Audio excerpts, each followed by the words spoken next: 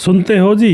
पति बोलता बताओ क्या बात है, ड्यूटी पर निकलना है, जल्दी बोलो। तो पत्नी बोलती है कि घर के अंदर टाइल लगवानी है, रसोई में बिल्कुल फर्श बेकार है, चूहे गड्ढा खोद देते हैं और इसमें थोड़ी सी टाइल लगवानी, थोड़ी टाइल मंगा दो और थोड़ा सा सीमेंट और क्रेशर वगैरह ये चीज़ें मंगा दो। अब जो पति होता है हंसते हंसते उसको पैसे दे देता है कि किसी से, पड़ोस में एक रिक्शा वाला भैया रहता है जो रिक्शे से लाकर डालता है सीमेंट, रोडी क्रेशर, उससे मंगा लेना सीमेंट वगैरह।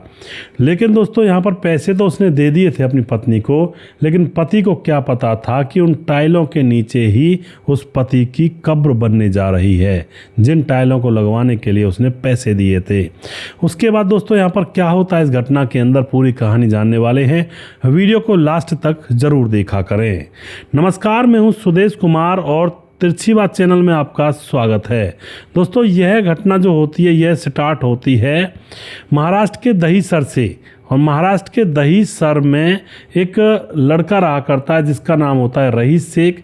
और रईस शेख जो कि घर में रहा करता है और उसकी कपड़े की दुकान है, उस पर रहा करता है, यानी कि कपड़े की दुकान पर वह सेलमैन का काम किया करता है। उसकी शादी 2012 में हुई थी। पत्नी का नाम सईदा शेख है। इनकी 6 साल की एक बेटी है, 2.5 साल का बेटा है। और जो रईस शेख है उसका जो परिवार है पीछे से, मतलब पीछे से रहने वाला है यूपी के गोंडा का, वहीं पर उसका परिवार है। छोटा भाई अमित अनीस है, उसके माता पिता हैं और चाचा ताऊ जो भी हैं घर में, वो उत्तर प्रदेश के गोंडा में रहा करते हैं। अब दोस्तों यह जो रईस शेख है यह रहा करता है महाराष्ट्र के दहीसर में, यहीं पर नौकरी करता है कपड़े की दुकान पर। पत्नी भी है सईदा शेख, उसकी बेटी है 6 साल की, 2.5 साल का बेटा है। तो यह परिवार यहाँ पर रहता है। अब क्या होता, सुबह 10 बजे यह अपनी नौकरी पर जाता था, शाम को 10 बजे लौट आता था और इसी तरह से इसका काम चल रहा था। लेकिन 25 मई को 2021 का वह दिन था जब पत्नी थाने पहुंचती है और थाने पहुंचकर वह FIR दर्ज करवाती है कि मेरा पति 4 दिन से गायब है। और पुलिस जो यह बात सुनती है तो एकदम से कहती, 4 दिन से तुम कहाँ थी, थाने क्यों नहीं आई? वह कहती है कि मैंने सोचा शायद आ जाएगा। उसके बाद पुलिस जो होती है फ़ोन की पूछती है, फ़ोन कहाँ है उसका, तो कहती है फ़ोन तो मेरे घर पर है, यहीं पर रह गया उसका।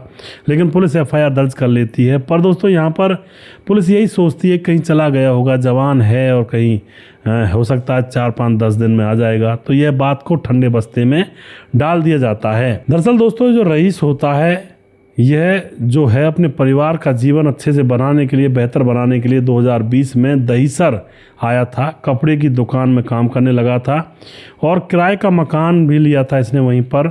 और जो तनख्वाह थी इसकी बहुत ही अच्छी थी और कुछ समय के बाद ये बीवी बच्चों को भी वहीं पर ले आता, बुला लेता है और साथ में ये लोग रहने लगते हैं।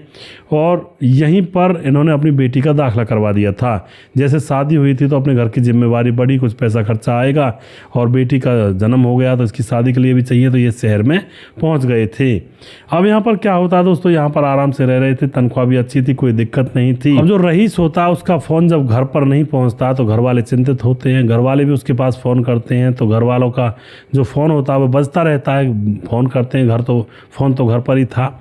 लेकिन उस फ़ोन को रईसा की पत्नी, रईस की पत्नी होती है सईदा, वो उठा लेती है। घर वाले पूछते हैं सईद कहाँ है, रईस कहाँ है? तो सईदा जो होती है वह कहती है कि रईस तो 4 दिन हो गए गायब हुए, पता नहीं कहाँ चला गया है, फ़ोन को घर पर छोड़ गया है। घर वाले परेशान हैरान कि ऐसा कैसे हो सकता है। तो घर वाले अपने छोटे बेटे जिसका नाम होता है अनीस, उसको वहाँ पर भेज देते हैं। अनीस वहाँ पर पहुँचता है, जा कर के कहता भाभी कहाँ गया था भाई और कहाँ कहाँ जाया करता था, कौन कौन सी दुकान पर जाता था, वह बता देती है। तो उन सारी दुकानों पर छोटा भाई अनीस पूछने के लिए जाता है, उस कपड़े की दुकान पर भी पूछने के लिए जाता है और इधर अड़ोसी पड़ोसियों को भी पूछता, लेकिन कोई भी किलो छोटे भाई अनीस को नहीं मिलता है। वह उदास होकर के वहीं पर भाभी के पास रुक जाता है। बच्चियां थी, भाभी अकेली थी, वह तो इसलिए रुका था, लेकिन उसको क्या पता था कि यहाँ पर रुकने पर ही भांडा फोड़ हो जाएगा। वहाँ पर रुका हुआ था। उसकी जो भतीजी थी 6 साल की, उदास बैठी थी। अब उस भतीजी को देखकर एकदम से अनीस कहने लगता है कि तुम चिंता मत करो, हाँ तुम्हारे पापा आ जाएंगे, बेटी रो मत। लेकिन बेटी कहती है कहाँ से आएंगे पापा, पापा अब नहीं आएंगे। अब यह बात एक अजीब सी थी। तो जो चाचा होता है अनीस, वो अपनी भतीजी से पूछता है कहाँ गए पापा? तो लड़की बताती है कि पापा कहाँ से आएंगे, पापा को तो इसमें दफन कर दिया, यहाँ पर टाइल की तरफ इशारा करती है रसोई के अंदर। अब तो एकदम से जो चाचा होता है अनीस घबरा जाता है, लड़की को तुरंत उठा करके थाने पहुँचता है। वहाँ पर लड़की सब कुछ बताती है, पुलिस आती है, आकर के उस घर के अंदर खुदाई करती है पुलिस उसी रसोई के अंदर। तो वहाँ पर जब खुदाई की जाती है तो 3 फीट के नीचे उसमें बहुत सारी गहराई में जब खोदा जाता है तो 4 हिस्सों में लाश मिलती है रईस शेख की। उस लाश को निकाला जाता है और रोने धोने का माहौल यहाँ पर हो जाता है। आस पड़ोस के लोग इकट्ठे हो जाते हैं। बारिश उस समय हो रही थी, बहुत भयानक मंजर लग रहा था। उसके बाद जब लाश को निकाला जाता है तो पुलिस तुरंत शहीदा शेख को पकड़ लेती है, उसकी पत्नी को, और पकड़ के उससे पूछताछ करती है कि आखिर ये है तो है क्या? तुम तो एफआईआर दर्ज करवाने के लिए गई थी अपने पति की, लेकिन तुम्हारा पति तो यहीं पर दफन है। अब शहीदा को जब पकड़ा जाता है तो वह राज खोलती है। शहीदा कहती है जैसे शहर में आए थे हम पति पत्नी तो एक अमित है 24 साल का सिक्योरिटी गार्ड, इससे मेरे संबंध बनने लगते हैं, प्यार हो जाता है। आते जाते इसको देखती हूँ तो इससे मुझे प्यार हो जाता है, दोनों के संबंध बनने लगते हैं। और उसके बाद क्या होता है दोस्तों, पड़ोसियों को शक हो जाता है और कोई रईस को बता देता है कि तुम्हारी पत्नी के अवैध रिश्ते सिक्योरिटी गार्ड के साथ हैं। तो उसके बाद वो अपनी पत्नी से बात करता है रईस, लेकिन पत्नी कहती है दुनिया वाले झूठ बोलते हैं, ऐसा कुछ नहीं है। और उसके बाद पति सोचता है चलो ऐसा भी होगा, शायद किसी ने झूठा लांछन लगा दिया होगा। लेकिन पति रईस फिलहाल अब कहता है कि तुम दूर रहना उससे, अगर कोई बात है भी तो। लेकिन वह कहती है ऐसा कुछ है ही नहीं। लेकिन दोस्तों रईस जो पति होता है वह थोड़ा सतर्क तो हो ही गया था। अब जो रईस होता है वह चास में रहता है कि देखता हूँ मैं कोई पीछे से कोई गड़बड़ तो नहीं है। एक दिन में दोपहरी में घर पर आ जाता है। आकर जैसे देखता है तो उसकी पत्नी और पड़ोस के सिक्योरिटी गार्ड के साथ अमित के साथ निर्वस्त्र संबंध बना रही थी। एकदम अंदर घुस जाता है, खूब गाली गलौज करता है। लेकिन पत्नी शहीदा ने माफ़ी मांग ली, कहती है कि मुझे माफ़ कर दो, गलती हो गई। अब यहाँ पर उससे माफ़ी कर देता है वह दोस्तों, लेकिन फिर मिलने से मना कर देता है कि अब मत मिलना तुम इससे। लेकिन दोस्तों यह कहाँ मानने वाले थे, फिर मिलने लगते हैं, मिलने की प्लानिंग कर लेते हैं। और उसके बाद एक बार और इसका पति इसको देख लेता है। और अब की बार दोस्तों यह पहले से तैयार थे क्योंकि इन्होंने प्लानिंग की हुई थी और पहले ही जो रोडी क्रेशर का सीमेंट के कट्टे मंगाने के लिए पति से कह दिया था पत्नी ने कि मुझे टाइल लगवानी है रसोई के अंदर। और उसके बाद पति ने सारा कुछ मंगवा भी दिया था। फिर इन्होंने प्लानिंग की कि नींद की गोलियां देकर मार डालते, लेकिन वो प्लानिंग असफल हो जाती है। अब इन्होंने कोई दूसरी प्लानिंग बना रखी थी। अब यहाँ पर एकदम तीसरी बार जो पति होता है जिसका नाम रईस था वह इनको निर्वस्त्र देख लेता है तो वह ज़ोर से चिल्लाने लगता है।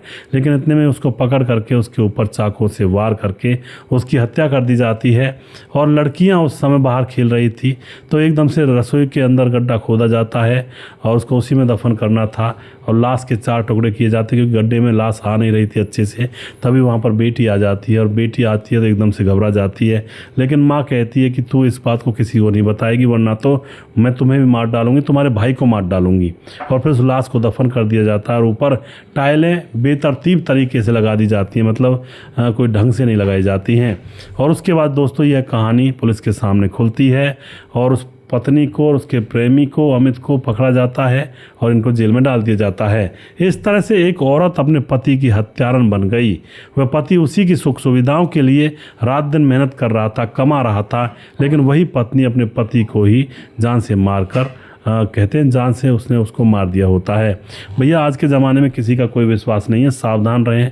मैं तो यही बात कहता हूँ, हर वीडियो में सतर्क रहें। और खासकर आज के दौर में ना अपनों से ज़्यादा नुकसान है, अपनों से ज़्यादा डर है। और जो अनजान होते हैं उनसे ज़्यादा डर नहीं है आज के दौर में, क्योंकि कलयुग का कलिकाल चला हुआ, बहुत सिस्टम ख़राब हुआ पड़ा है। दोस्तों वीडियो के लास्ट में कुछ भाइयों के नाम लेना चाहूँगा। हमारे साथ हैं कुलदीप कुमार कमेंट करते हैं, समाधान पाटिल भाई कमेंट करते हैं, भाई साहब हमारी शादी की सालगिरह है और 25 तारीख को 25 अप्रैल को और आपका आशीर्वाद चाहिए। जी बिल्कुल जी समाधान भाई, आपको आशीर्वाद है, आप खुश रहें, आपकी पत्नी खुश रहे, आपका जो गृहस्थी जीवन है वो अच्छे से चले, बच्चे खुश रहें, अच्छे से रहें, मुस्कुराते रहें, खिलखिलाते रहें और आप सदा खुश रहें। उसके बाद राम गोसाई हमारे लगातार कमेंट करते हैं, शाहिद मेवाती कमेंट करते हैं, भाई मैं भी आपकी वीडियो लगातार देखता हूँ, मेरा भी नाम लो, मैं दिल्ली से हूँ, शाहिद मेरा नाम है और दिल्ली ओखला का रहने वाला हूँ। जी बहुत बहुत धन्यवाद करते हैं शाहिद भाई।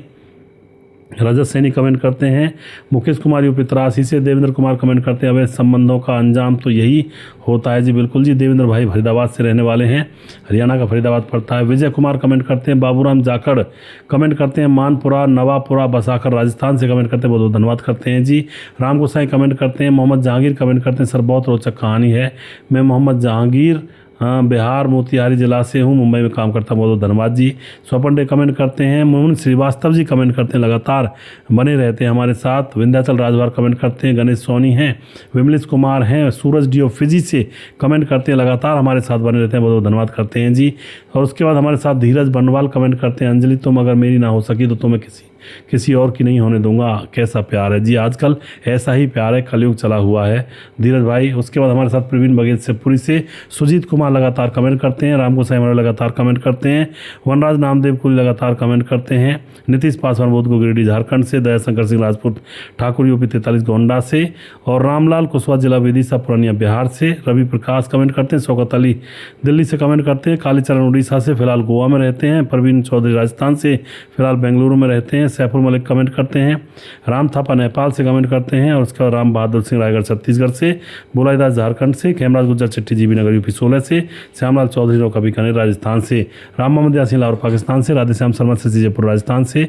राजकिशोर चौरसिया महाबलेश्वर महाराज से। और उसके बाद हमारे साथ हैं राम गोसाई हमारे लगातार कमेंट करते हैं। और छगनदास खाटाबंद राजस्थान से कमेंट करते हैं। और उसके बाद दुर्योधन भाई लगातार कमेंट करते हैं। उसके बाद हमारे साथ सुशील चौधरी हमारे लगातार कमेंट करते हैं। अगला वीडियो बहुत जल्दी फिर से लेकर आऊँगा। किसी भाई का नाम रह गया हो तो अगले वीडियो में ज़रूर लूँगा। थोड़ा जल्दी में वीडियो बनाई है तो थोड़ी बहुत मिस्टेक इसमें आपको लगेंगी, इसके लिए क्षमा करें। जय हिंद, जय भारत।